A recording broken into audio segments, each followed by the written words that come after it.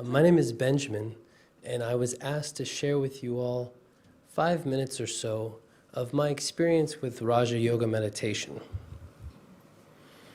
And this presents a unique situation because if there's any mathematicians out there, 5 minutes is 300 seconds. So I have 300 seconds to share with you 30 some odd years of my life and 3 of the most meaningful, magical years that I've most recently experienced. And I thought maybe I should walk the river and plan something along those lines. But as we've noticed, speaking from experience and speaking from the heart is often the most effective. So here I am, standing or sitting in front of you now with my heart open, ready to share with you my experience. And what I've discovered with Raja Yoga and with meditation in general is that it is the very opposite of what the world is this day and age. The world around us kind of tells us we have to seek, we have to obtain, we have to expand, and we have to acquire in order to meet the basic needs of our own happiness. And I knew from very early in life, growing up on the west coast of California, that this wasn't meant for me. And I had 2 essential questions that I had to answer. Who am I, and why am I here? So I rifled my way through all the major religious texts, philosophical studies, and all the great pieces of literature written both in the East and the West. And every time I came to a conclusive understanding, I found myself slightly disappointed, because no one could actually definitively tell me who I was and why I was here. But I could taste the truth in the air, and I knew that when I would find it, the aroma would smell of truth, smell of fact. And of all the places in the world, I wound up in the deserts of Abu Dhabi, in the United Arab Emirates, and there is where I stumbled into a place called Inner Space. And I sat down, and someone looked me right in the eyes and said, I'm going to tell you who you are and why you're here. And I kicked my feet up, put my hand on my chin, and said, oh, okay, let's see. I'm excited. And the truth is, answers were provided. And it's not a static answer. It's not a permanent thing. What it is an ever-evolving return to the essence of who we are and why we're here, which in the end are the 2 big philosophical and religious questions of our human phenomenon. And I don't want to answer those for you now, because this is a journey you have to take on your own. But I could tell you that the way in which we operate in this 21st century of trying to speak our way into a truth or move our way into a profound understanding is the very hallmark of what has caused the discontent of this world today. Because in all truth, the meditative path, that of Raj Yoga, isn't a study of sound, but a study of silence. And it isn't a practice of movement, but an inculcation of stillness. And by doing so, you isolate the variables of the world, and you center yourself on the way your mind works. And you start to discover truly who you are, where you come from, why you're here, and what you can do with your remaining blessings on this earth. So I am privileged to share with you all that there are answers out there, and I'm sure you'll be shined on to some of them today. But it requires a certain level of discipline, a certain level of inquiry, and a certain level of passion. But once you have those, I can promise you, you will discover exactly what it is that you're meant to find. And when you do, when you go within, when you calm your mind, when you sustain a powerful thought, it's the most powerful thing in the world. Nothing is more empowering. So instead of seeking our happiness from without.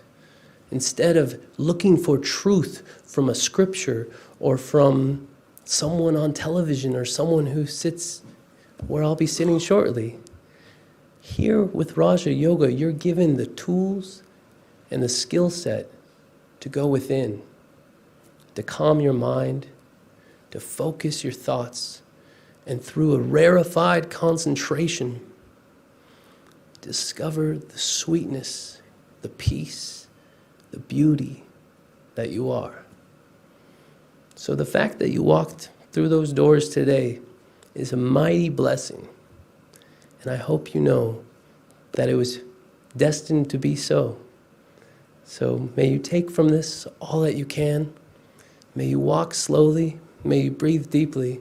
And may you know that everything that's ever happened, as corny as it may be, happened so that you can be here right now and take in the nectar of this knowledge. Sound good? Om Shanti. Good evening. I'll be presenting a song before you. And the song's name is How Far I'll Go by Oli Caravallo.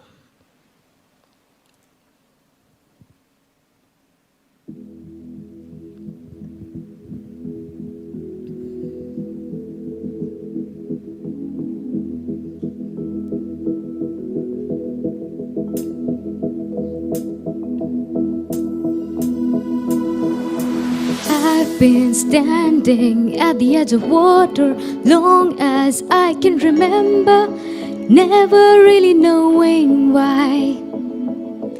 I wish I could be the perfect daughter, but I come back to the water no matter how hard I try. Every turn I take, every trail I track, every track I make, every road leads back to the place I know where I cannot go, though I long to be. See the line where the sky meets the sea, it calls me, and no one knows how far it goes. If the wind in my sail on the sea stays behind me, one day I'll know. If I go, there's just no telling how far I'll go. Oh, oh, oh, oh, oh, oh, oh, oh, oh, oh, oh, oh, oh, oh, oh, oh, oh, oh. I know everybody on this island seems so happy on this island. Everything is by design. I know everybody on this island has a role on this island, so maybe I can roll with mine. I can make us strong. I'll be satisfied if I play along, but the voice inside sings a different song. What is wrong with me? See the light as it shines on the sea. It's blinding, but no one knows how deep it goes, and it seems like it's calling out to me. So come find me and let me know what's beyond that line. Will I cross that line? See the line where the sky meets the sea. It calls me, and no one knows how deep it goes. If the wind in my sail on the sea stays behind me, one day I'll know how far I'll go.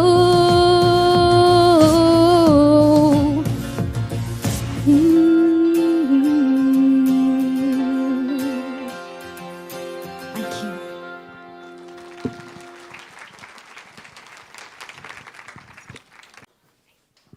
Om Shanti. Good evening and a very warm welcome to Harmony House. First of all, wow, thank you to Brother Benjamin for sharing so openly and honestly, and Sister Shivangi for the song. We're delighted to have today at Harmony House Sister Jayanti, the European Director of the Brahma Kumaris and NGO representative to the United Nations, Geneva. Please welcome Sister Jayanti.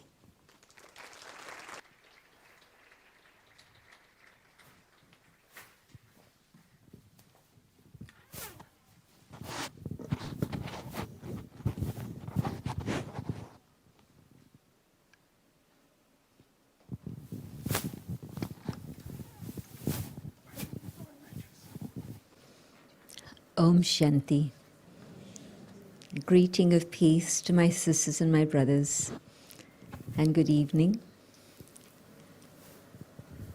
There are several words of the Hindi language that have come into the English language, and they've passed in such a way that we don't even realize that they're actually from India.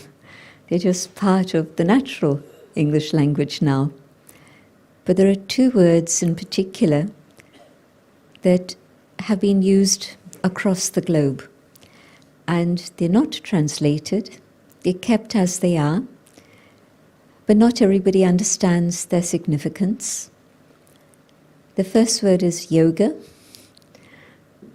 Whether I go to Japan or Brazil or anywhere else in between, the word yoga is yoga, no translation needed. But not many people know that it actually means union. They know that it's something to do with postures and exercises and so on, and in fact that's part of the story, but it's not the essential story. And yoga actually means union of the self with the divine. And another word that's also come into languages across the world is this word karma. And what does that mean? In a very simple translation, it just means action. That's it. But on another level, people use it in a different context. They use it in the context of cause and effect. And they know usually that if you're talking about karma, it's the repercussion today of something that I've done before. So I don't know what it is I did, but I'm seeing the impact and the results now. And sometimes we are also very aware that whatever it is I do today is going to impact my own future. And so, what is destiny? Destiny is whatever I choose to create. And so one thought can change destiny.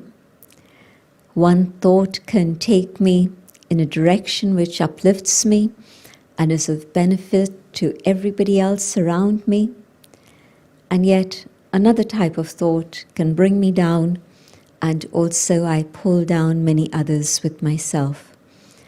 And so cause and effect is not just action, but cause and effect is my thoughts, my words, my actions, my intentions. We don't always think about intention as being part of karma. But in fact, the whole question of what is good karma or what isn't good karma depends actually on intention. And so let's explore the whole tapestry of karma. Because today we are in a situation where we are connected with many people, whether on a personal level or whether through our devices, but it's many, many connections we have across the world. And people we are close to, sometimes we are not able to meet them, they're far away. And so, what is all that about? And people we are not very deeply connected with, we find ourselves with them day and night. So there is really this tapestry of all sorts of things going on, which, if you look on the surface, yes, it may be very beautiful, or it may not be. But you see a picture, a clear picture. But if you were to turn it around the other side, what you would see is many, many different colored threads. And it would be very difficult to trace which thread came in and went out and where the other one did, and so on and so on and so on. And so when we look at the tapestry of our lives, we begin to wonder, what made all of this happen? And so yes, definitely, we're responsible not just for our future destiny, but, and sometimes it sounds beautiful and sometimes it sounds very challenging, but we are also responsible for the picture of life that we find ourselves in at the present moment. To accept responsibility is not easy. I'd much rather say, well, things happen just by chance. But in fact, they don't. Nothing happens by chance. There's a synchronicity at work that makes things move in a very specific way. And so you think of someone and they call you, or you think of someone and you meet them. So how did all that happen? Our thoughts are linked together, our vibrations are linked together, our connections bring us together. So all of that is the picture of karma. To try and make a complicated subject as simple as possible, let me offer 3 different types of karma, and you can see how things begin to work together or fit together. So firstly, there's an expression that they use in India called sukkarma, and that means karma that gives happiness to all. Sukh and karma. So karma that which brings happiness. And then there's another word, not so nice, but important to understand, and that's the word vikarma. And vikarma is action that's based on negativity. And specifically, vikarma is vice. And vice includes all the negative things, the lust, the anger, the greed, the attachment, the ego, and then all the other little ones, the jealousy, the envy, the laziness, the carelessness, the excuses. All of that is all the 10 things combined together, and anything based on any one of these or under the influence of any one of these things. And then there's vikarma.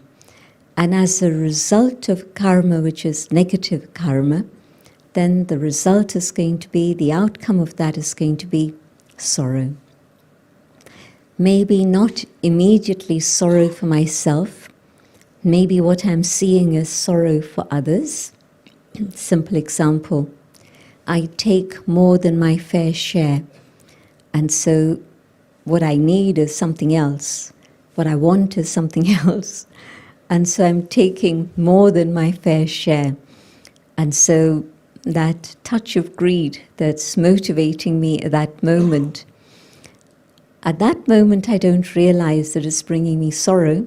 At that moment, definitely it's causing sorrow to another, because if I'm taking more than my share, there's going to be deprivation somewhere along the line further down. But in fact, it's not only causing sorrow to others, it's also going to cause me sorrow, because my greed is going to always leave me in a state of feeling lack of attainment. If I can be content with what I actually need, that contentment is going to bring me happiness.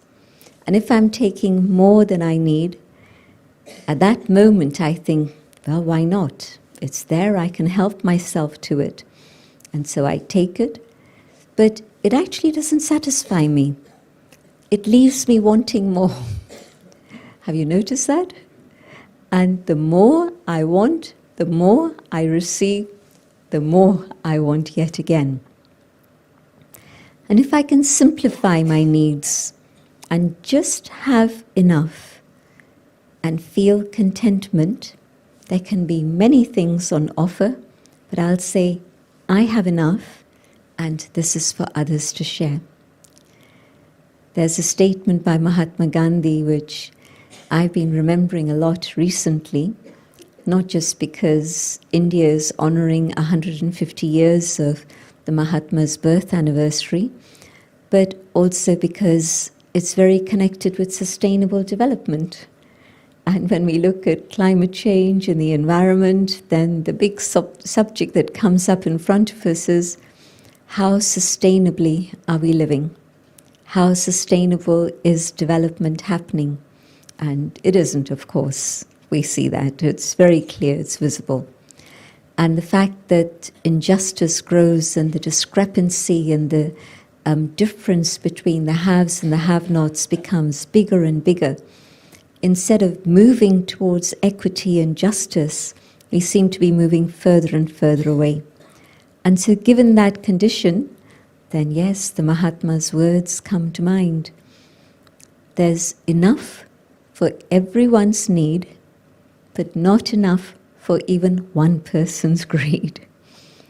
And so two people holding as much amount of wealth as the whole of the developing world, and crazy statistics like that and worse that you hear all the time, you can see how there's a huge imbalance in the world.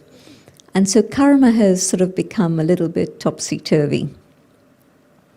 And so vikarma, where there's greed, and maybe I didn't even think of it as greed. I saw it as an opportunity, but I was accumulating. And so that accumulation is going to cause me anxiety and worry and not bring me happiness and contentment. So that's one little example, but vikarma, anything that has the influence or intention of negativity, and there's going to be sorrow. And then there's a third category of karma, which we don't actually often come across. It's very rare, and in a way it doesn't belong to this time period, because in the period that we are in now, and it's interesting to see what period we are in now, some of you know these terms, Satyug, Treta Yug, Dwapar Yug, Kali Yug, the Golden Age, the Silver Age, the Copper Age, the Iron Age. And so they're descriptive of the state of the world. So the Golden Age, the beauty, the Silver Age, wonderful, but just a touch less. The Copper Age, and already the tarnish begins and metal changes its color. And the Iron Age, and there's rust, there's poison, and there's darkness. So that's in a few words a description of all of that. So where would you say we are at the current time? Who thinks we're in the Golden Age? No one. Who thinks we're in the Silver Age? Anyone? Copper Age? Iron Age? Yes. Yes, definitely yes. It's an age of darkness, and it's an age in which everything is a little bit rusty. You touch something and there might be poison there. So the water we drink, the air we breathe, who knows what's going on nowadays. All of this absolutely, absolutely tainted. Anyway, so it's the Iron Age. But it's not just the Iron Age, there's something more interesting than that. It's actually the confluence. It's the confluence between the end of the Iron Age and the beginning of the Golden Age. So that's the good news. So although it feels as if we've been in a period of darkness for a long time, and we have, it's actually time for the transition, time for the movement back to the Golden Age, to that period in which the soul is completely pure and unblemished.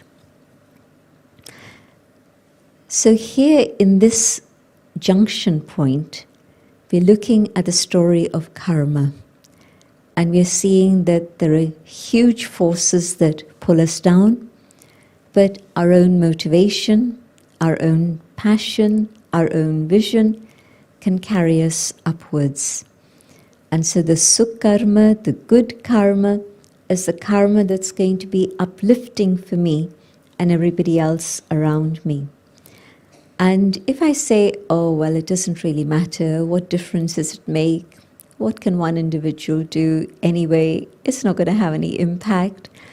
And so if I just sit back and there's inertia, then I'm going to be pulled down by the forces of negativity around me.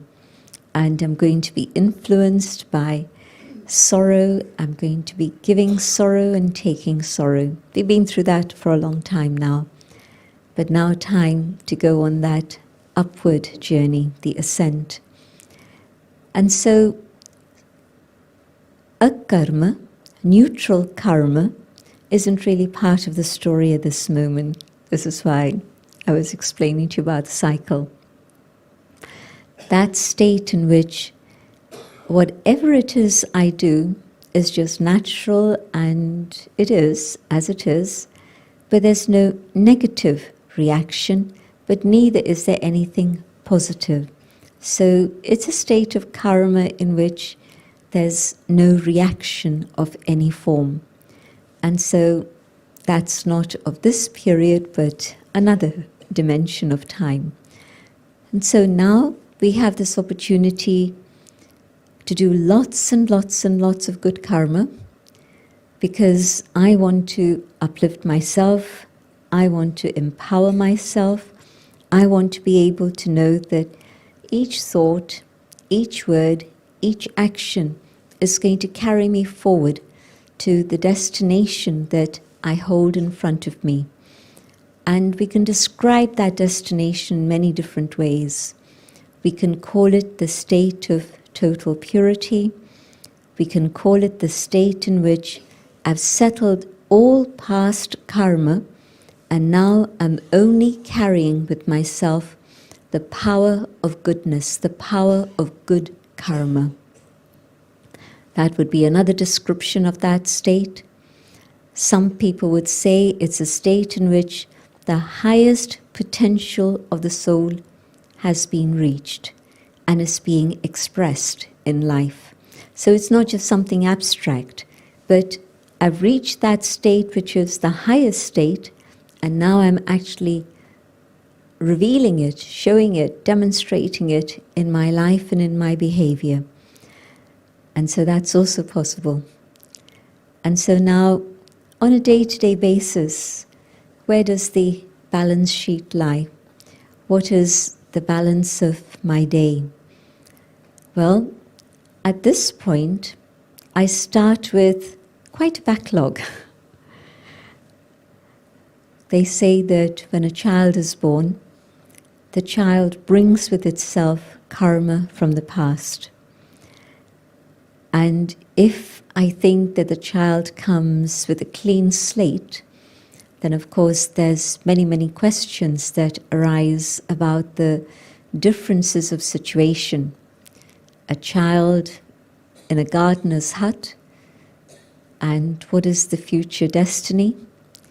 A child at the same moment, so the constellation of stars is the same for that one and this one, but just a few feet away, the child born inside the mansion, and the destiny appears to be quite different. And so what was happening there? Who decided? And so karma and rebirth, and the two stories are deeply connected.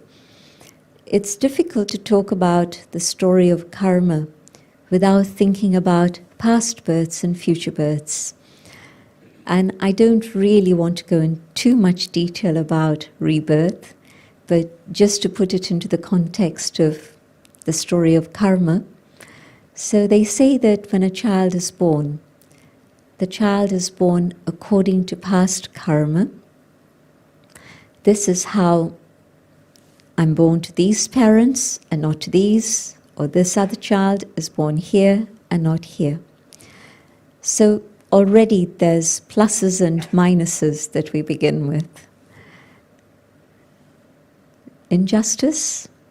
Well, the story of karma is beautiful because at the end of the day, even though there may seem to have been periods of injustice and inequity, yet in fact the story of karma is of perfect justice. Absolutely no question about it.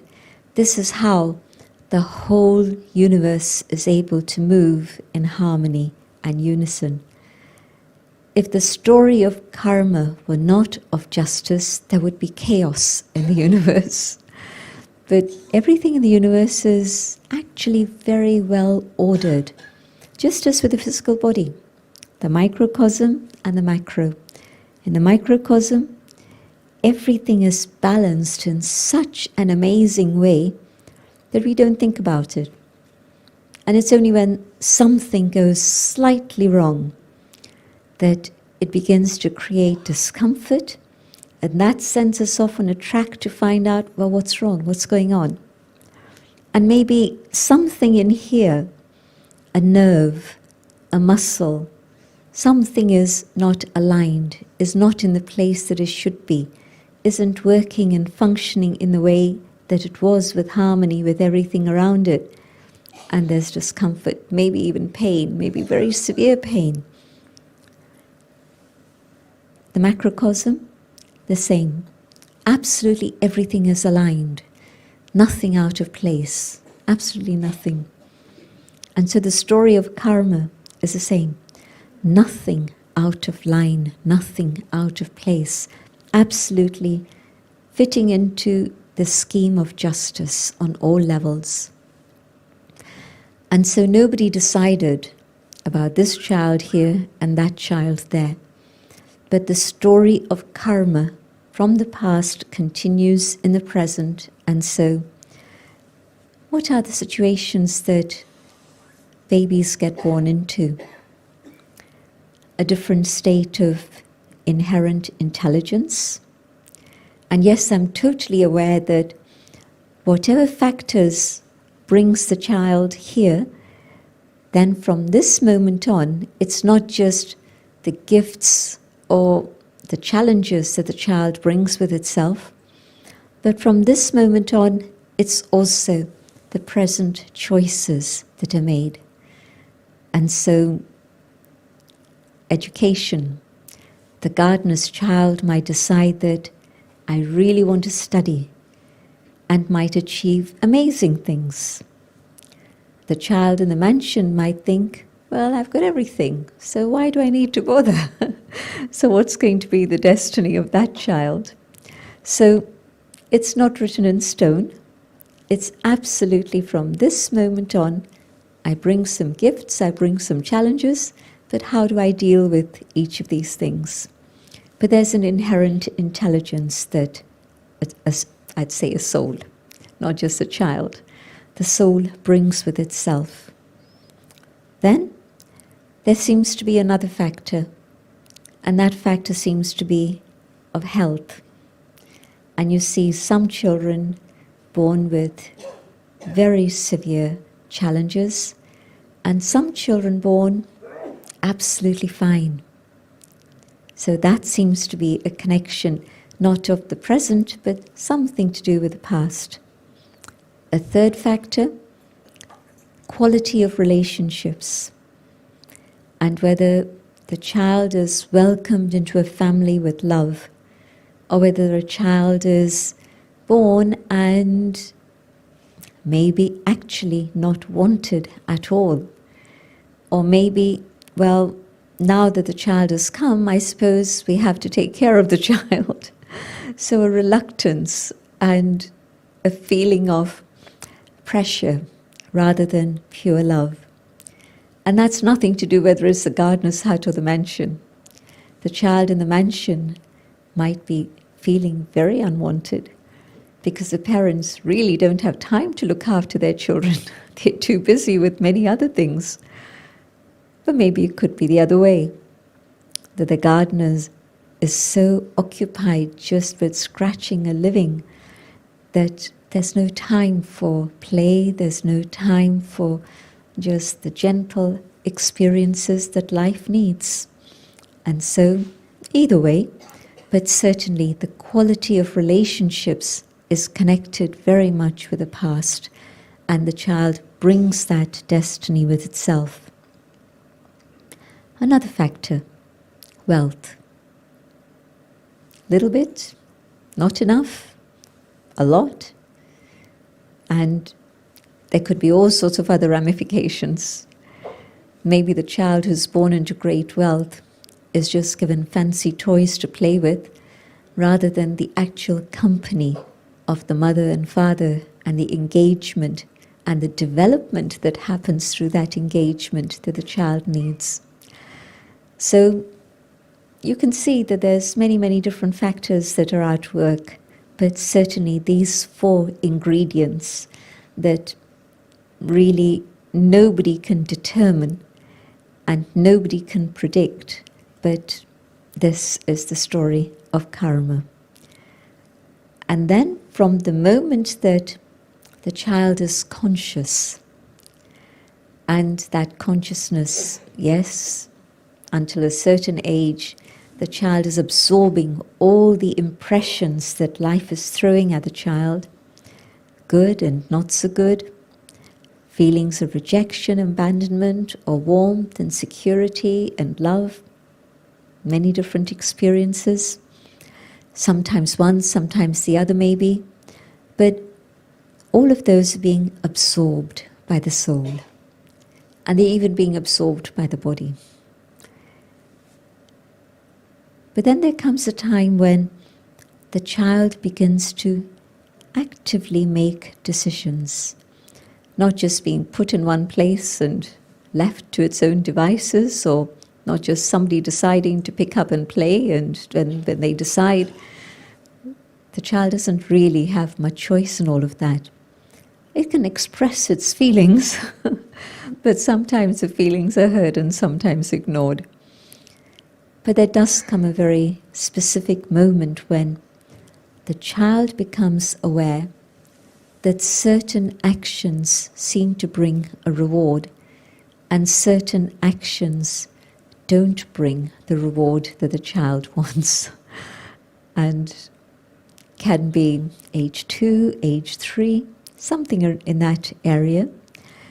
And beyond that, further, when a child very consciously understands that yes, I can do this, and if I do this, there'll be a strong no. What is the feeling of the child at that time? Again, so much of environment and parents and influence comes into play here.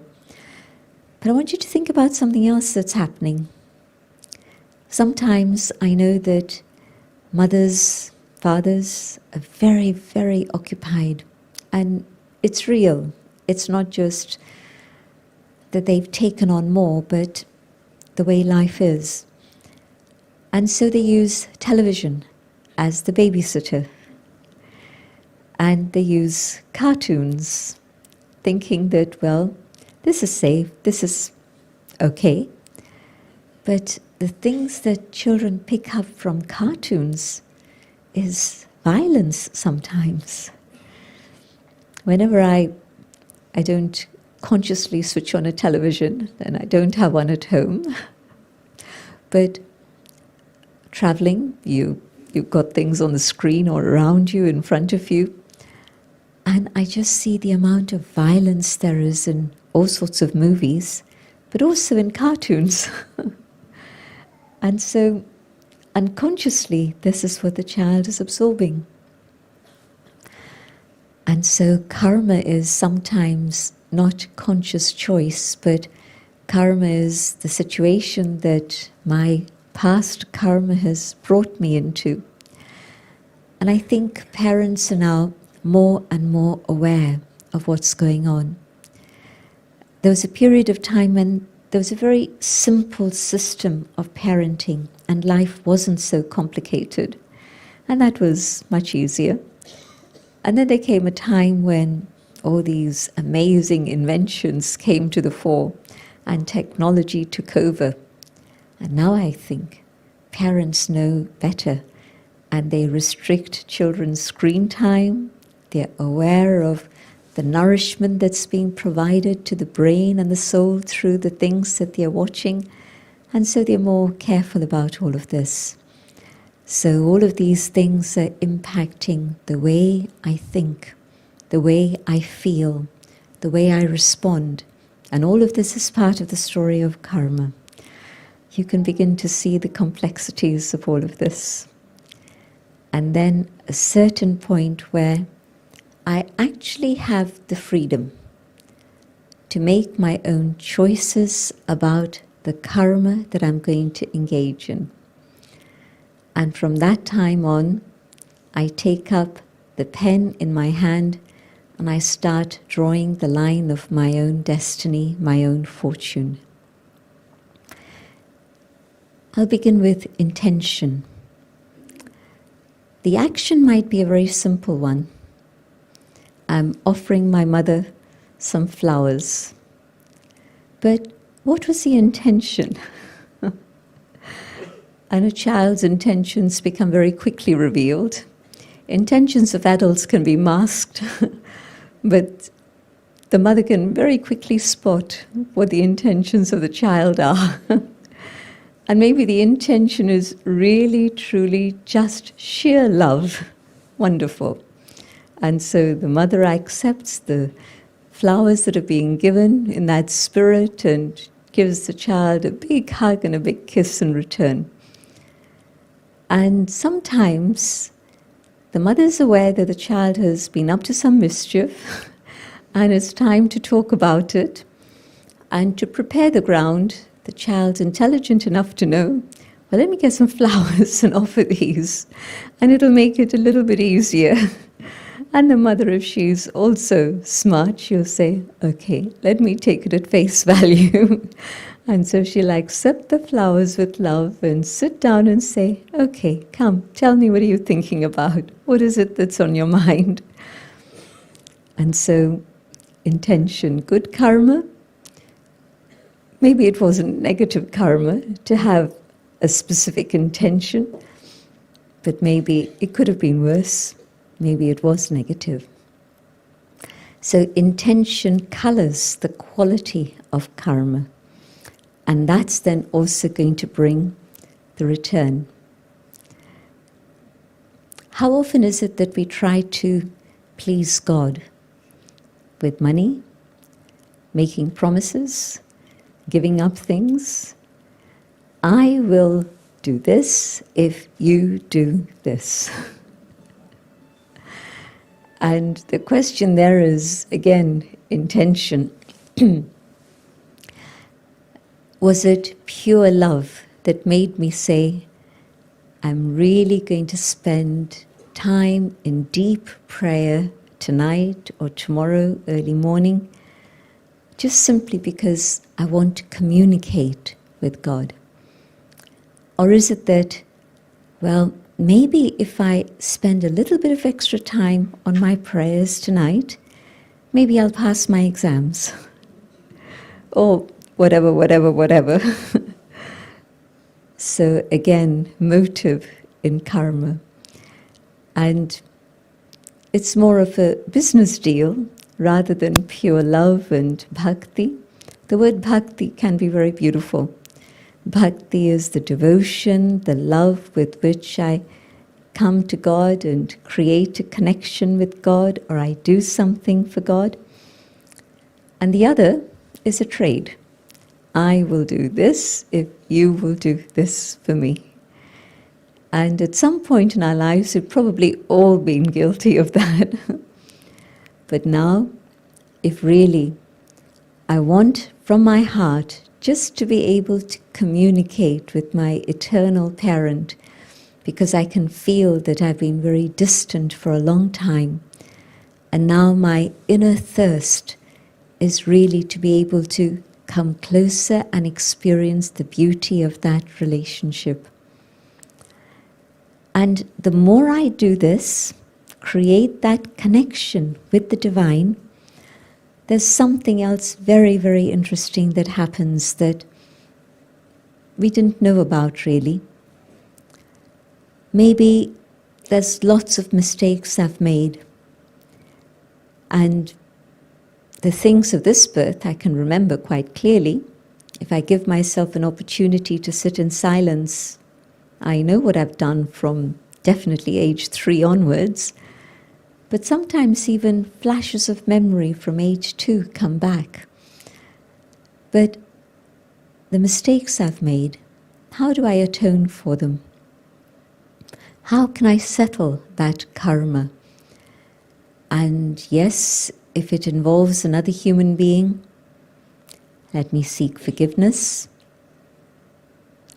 But it's not just human forgiveness that I need to seek. I need to seek that. That's important because it was in the context of this connection.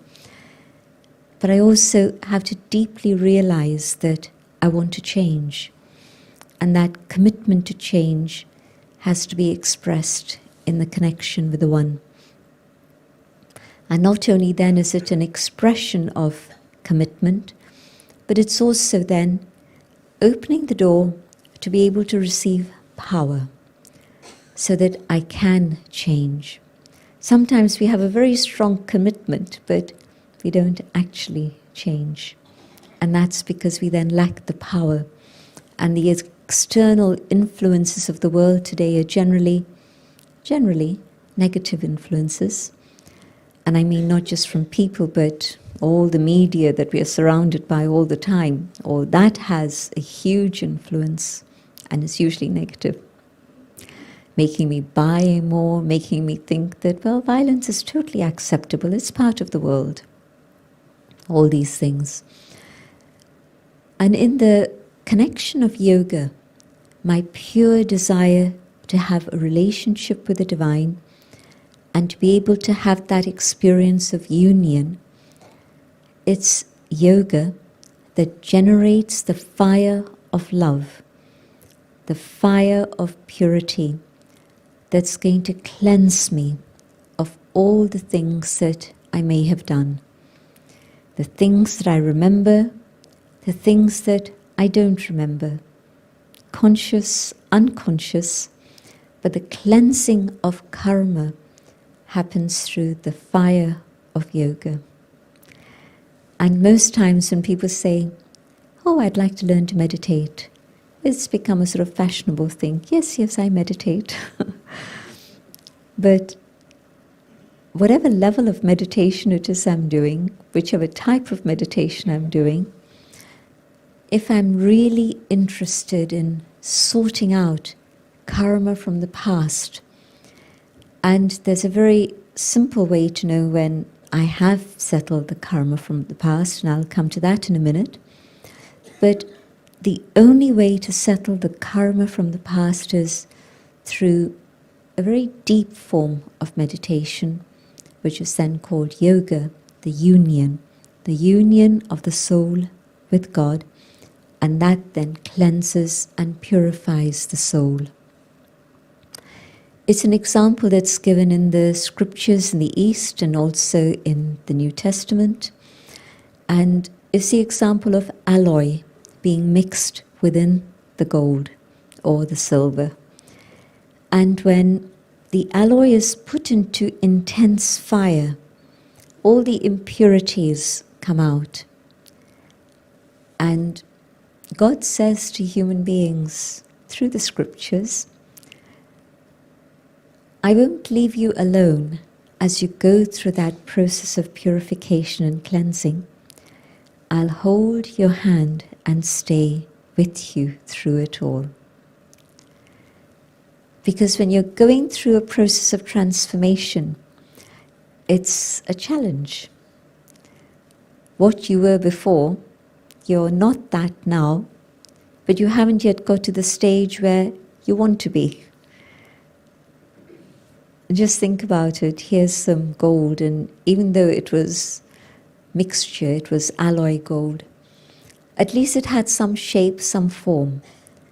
Now, as it's going through the process of transformation, it's molten. There's no shape, there's no form. And so sometimes you're going through the cleansing process, you wonder, what's going on? How long is this going to take?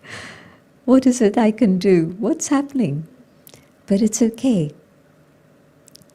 Faith, trust, knowing that if I've put myself into God's hands and put myself into this fire of love and yoga,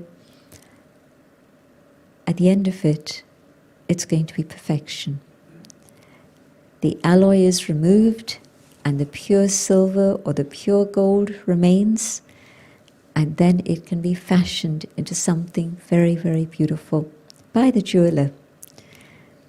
And so, yes, there's something beautiful at the end of that journey.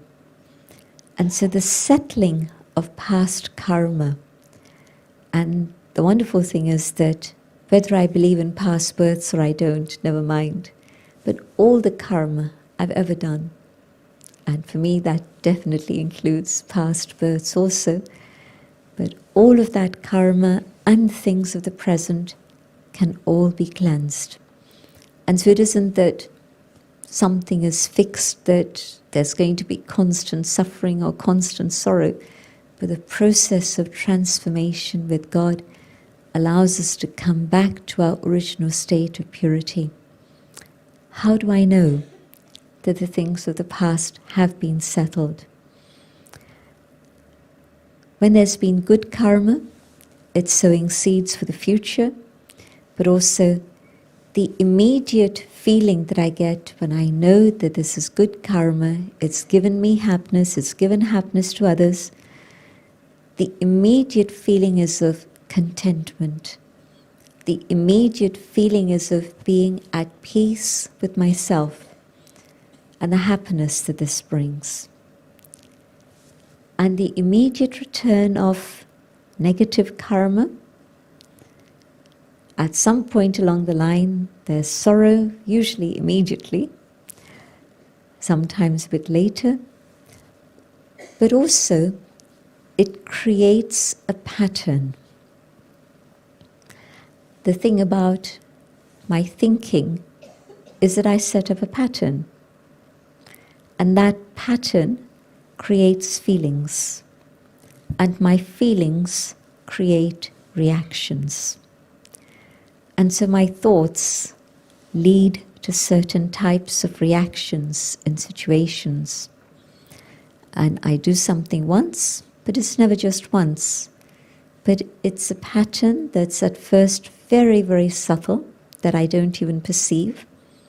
But it gets repeated, and the pattern becomes stronger and stronger. And at a certain point we call it a habit. And at a certain point we call it addiction. And so there's an addiction cycle. And I'm not just talking about substances, that's the same thing, the same story.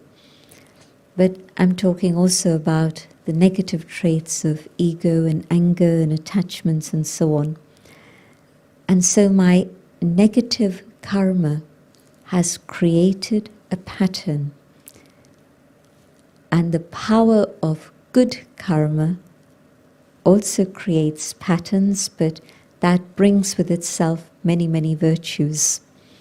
But on this side, now that I understand that the fire of yoga can cleanse me, what am I going to do? I can feel how the thoughts that are coming are not the usual thoughts. As the karma is being settled, it's easier and easier for my mind to have pure, elevated thoughts. You're with me? Yeah? So the proof that my karma is being settled, I'm not having to struggle with negativity in my mind. Now, pure, elevated thoughts are more and more natural, and this is what's being reflected in my behavior. And so the transformation, which is both inner and subtle that I know about, but also external and visible that others can also see, is a proof of transformation and the proof of my yoga. And the good karma, new patterns. And when it's good karma that's bringing happiness, it's connected with the original qualities of the soul. The negative actions were acquired tendencies. These weren't the original patterns of the soul. These were acquired later on. But the original qualities of the soul, and every tradition would agree that the soul in its original state has peace and love and truth, purity and joy. Agree? So these are the qualities of that pure state of being. And so when I'm doing good karma, the peace is emerging, the love, the truth are emerging, the purity and the joy are manifest. And so the transformation is a visible transformation. I was a very angry person, and today I can feel that that heat of anger has dissolved. It's not just my intention, but it's my yoga.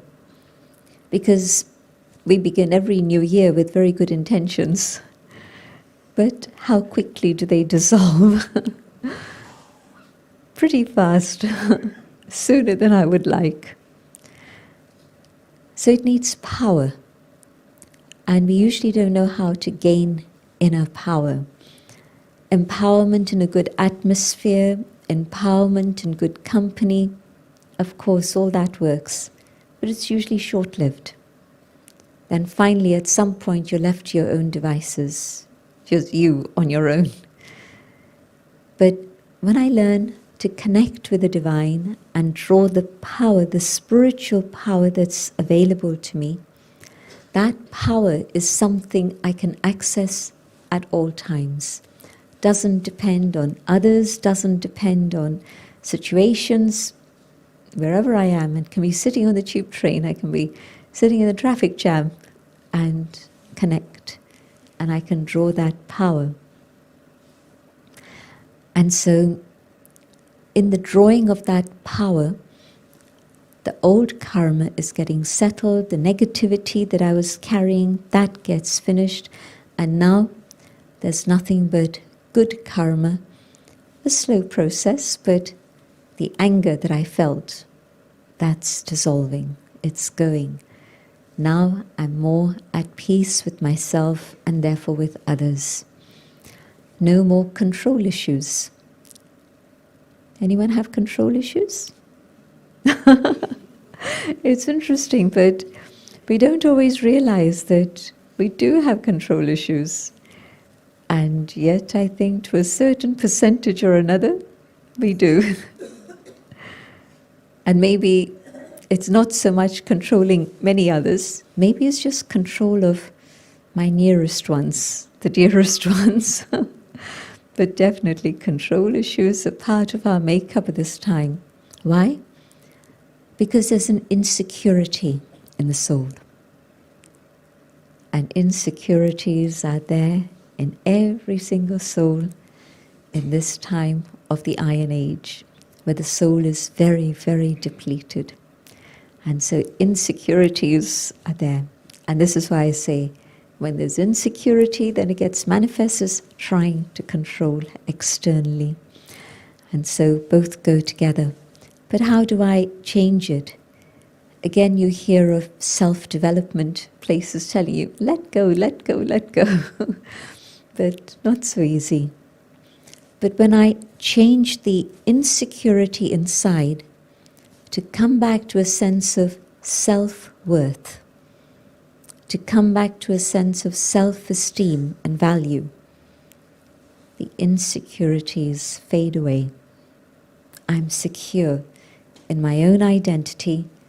I'm secure and stable in the awareness of my own inner value and the values that I carry within myself. And so, no more control issues. A change happens through that power, through that silence, through that awareness. And so, why we chose Beauty of Karma as a title is because this is that time in which I can change the whole tapestry and create a very beautiful one of my choice in the way that I would really like. I can sort out all the karma of the past without the angst and the conflict that sometimes comes when it's two people trying to settle karma. But in fact, the other side of the picture is that if I'm in conflict with somebody, is that really settling karma? Don't think so. Why? Because yes, we don't match together very well because there's karma from the past. The give and take wasn't quite balanced, and so today there's an imbalance there, and so it's creating conflict. But if I engage in conflict, even in thoughts, and my thoughts are whizzing around, like this one, why are they doing this? They shouldn't be doing that. I'm actually creating more karma with that individual. Interesting, isn't it? I haven't said anything to them, but my mind is racing. And of course, people pick up vibrations. My thoughts are creating vibrations. And so the angst that I'm feeling inside and the pressure that I'm creating for myself by too many thoughts and negative thinking, it's actually creating karmic bondage. But sooner or later, it's going to express itself in words. And so I come into words, and there's more karmic bondage. Hopefully it doesn't reach the state of actions, but if it does, it's even more bondage. And so conflict never settles karma. It generates more karma.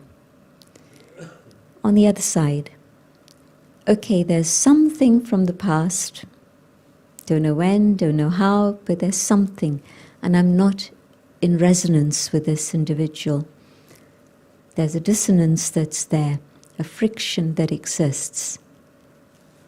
Can I say to myself, be my own teacher, and tell myself, okay, there's something that's not quite right there. Can I hold that soul in light? Let me stay in the awareness of my own eternal identity as a being of light and hold that individual in light. And if I hold them in light, then when I come into contact with them, it's going to be light. That sense of a relationship based on lightness is going to impact both of us. And you'll have settled that karma without conflict. It works. My thoughts can settle karma. My thoughts can create karmic bondage. And when I'm on a spiritual journey, then what I want to do is to settle.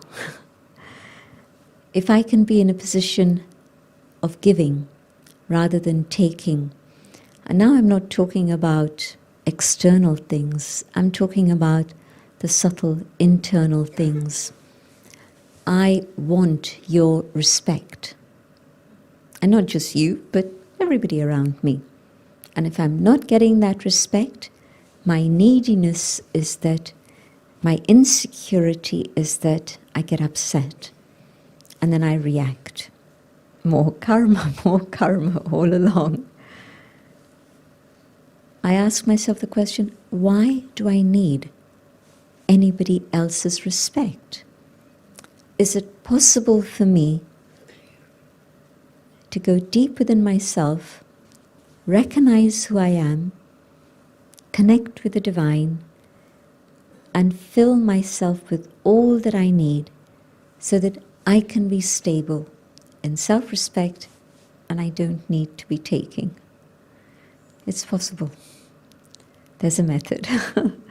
The method is knowing myself, knowing the divine, and working with that awareness. And then another step. Can I be a giver instead of a taker? Because every time I'm taking, it's more karma, and at some point, somewhere along the line, there'll be a settlement that's due. But if I can start giving, let me give respect, love. Can I give love, not just to 1, 2, 4 individuals, but can I give love and express love to everyone I'm in contact with? And the expression of love then is not a hug or a kiss, but the expression of love is that openness, that generosity, a desire to share, the ability to listen. So love can be expressed in all of these different ways, but it's an inclusive love. And it's one in which I can give. I'm not hungry, I'm not thirsty for love, and I'm not seeking to take. And when I'm seeking to take, again, not just in the relationship with God does devotion and bhakti become a trade, but human relationships. How much is it pure, loving relationships, and how much is it a trade again? So, understanding karma means understanding that it's a whole process of giving and taking. Everything that's going on, it's giving and taking energy, giving and taking vibrations, and in the best possible way, just simply sharing God's love, God's vibrations.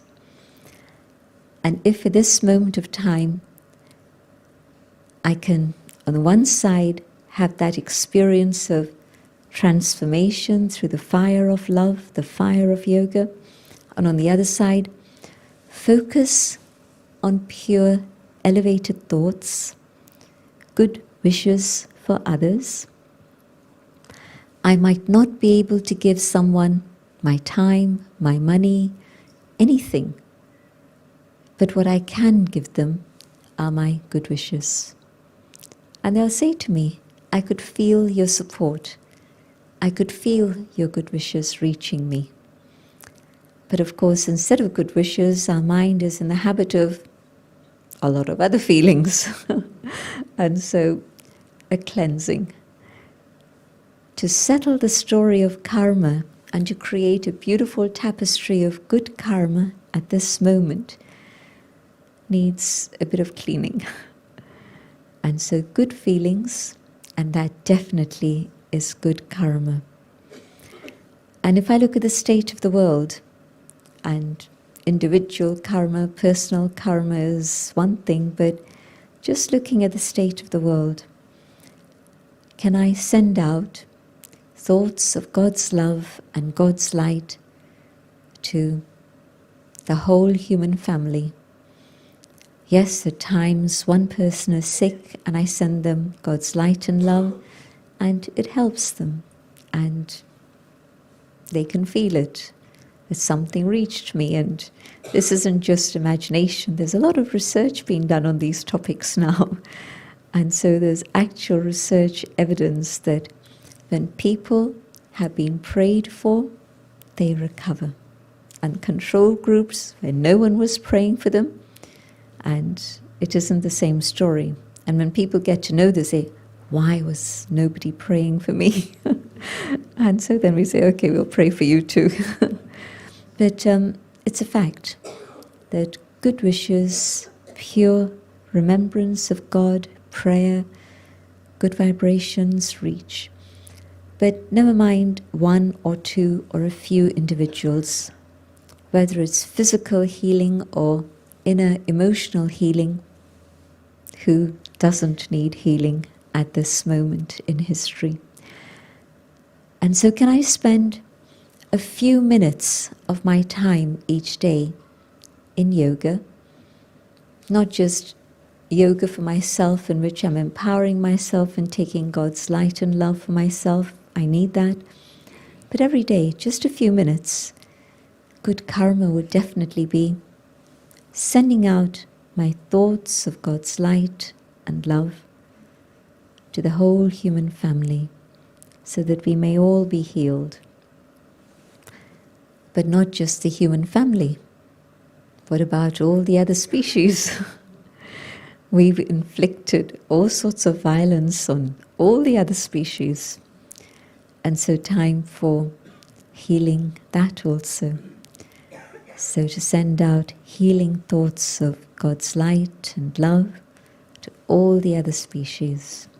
Thoughts of peace, so that violence against other species may stop.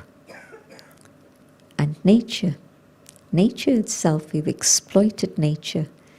Time to send out thoughts of God's light and love to our planet.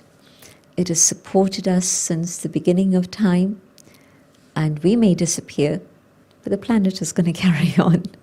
But if we want to continue to survive and experience the continuing abundance of nature, we need to do something positive. All our karma with nature so far has generally been quite negative, just taking, exploitation.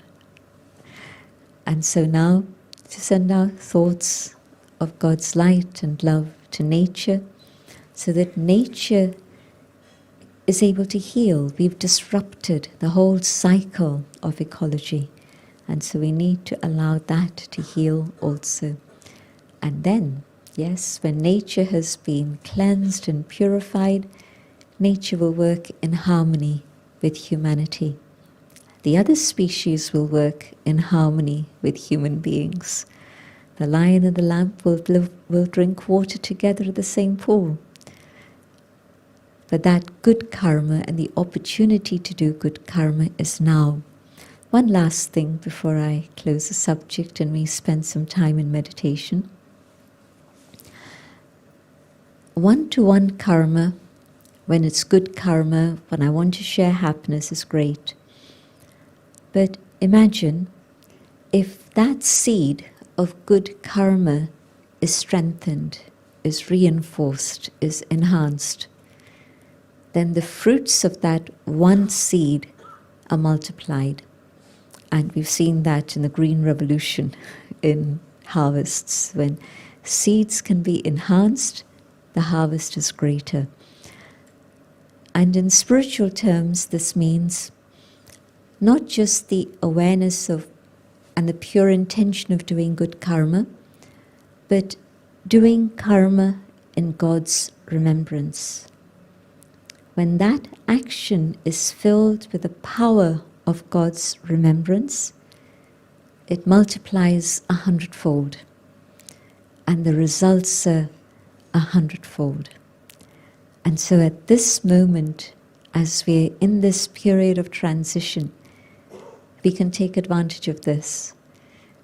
Connect with the divine, settle the things of the past, but fill every thought with God's power, so that the actions we perform are filled with that power. When you're in God's awareness and you speak, what is the quality of what you say? What is the impact of what you say? And if you're just speaking out of your own cleverness, what happens then? So really, these are things to experiment with. And it's a complex subject, and rather than invite questions, I'd rather that we actually spend time in reflection and silence. Is that okay?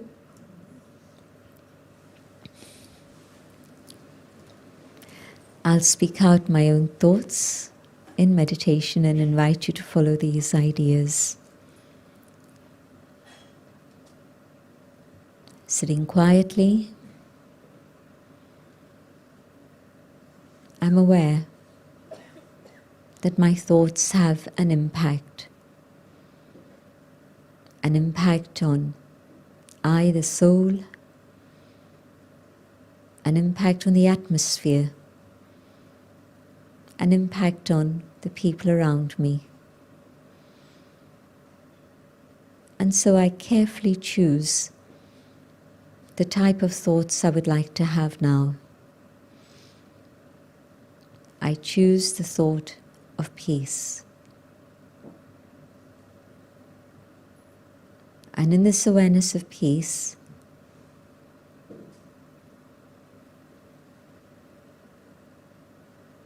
I can feel the atmosphere being charged further with peace,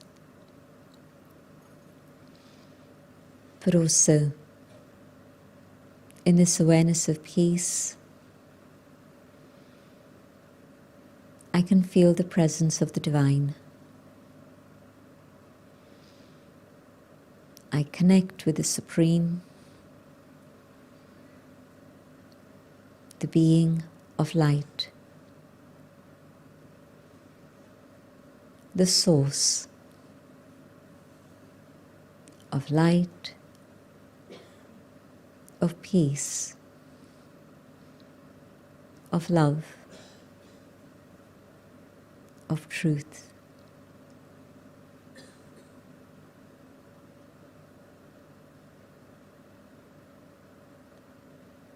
And in the presence of the divine, the highest within the soul emerges.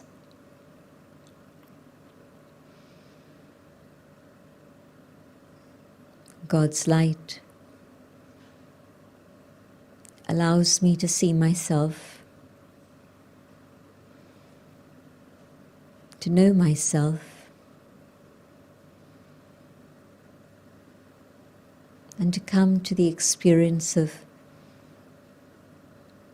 the eternal identity of the self as a being of light.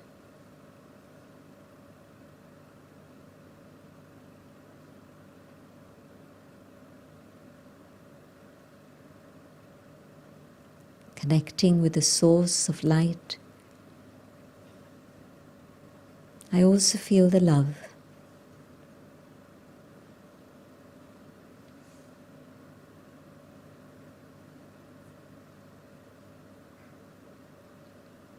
The pure, unconditional love of the Supreme.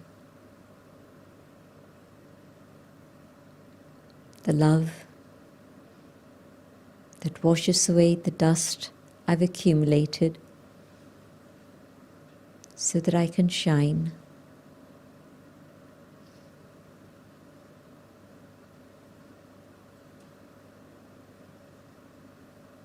The love that's able to cleanse me and heal me,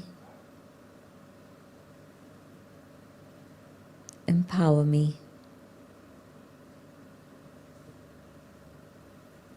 and uplift me.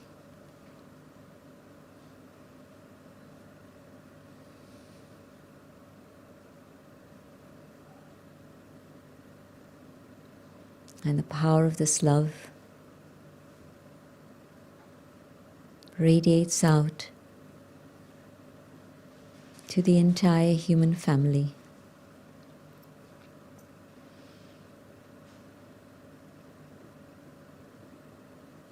And the power of this love transforms the darkness into light.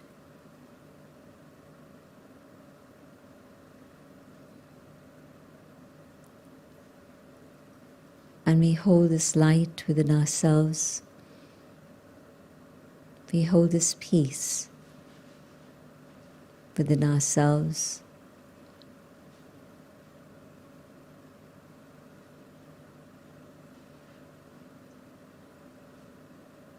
And we come back to the awareness of the physical domain.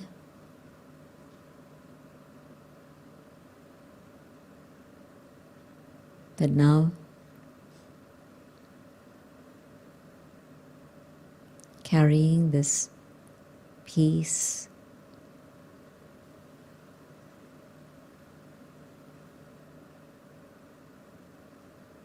and this light and love.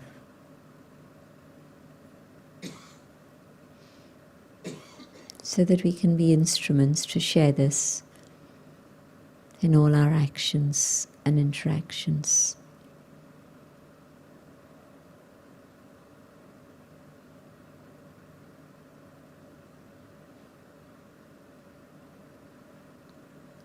Om Shanti. Thank you. Thank you, Sister Jayanti, for sharing. Lots to think about.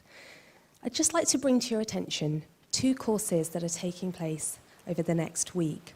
Things to build on from today's talk.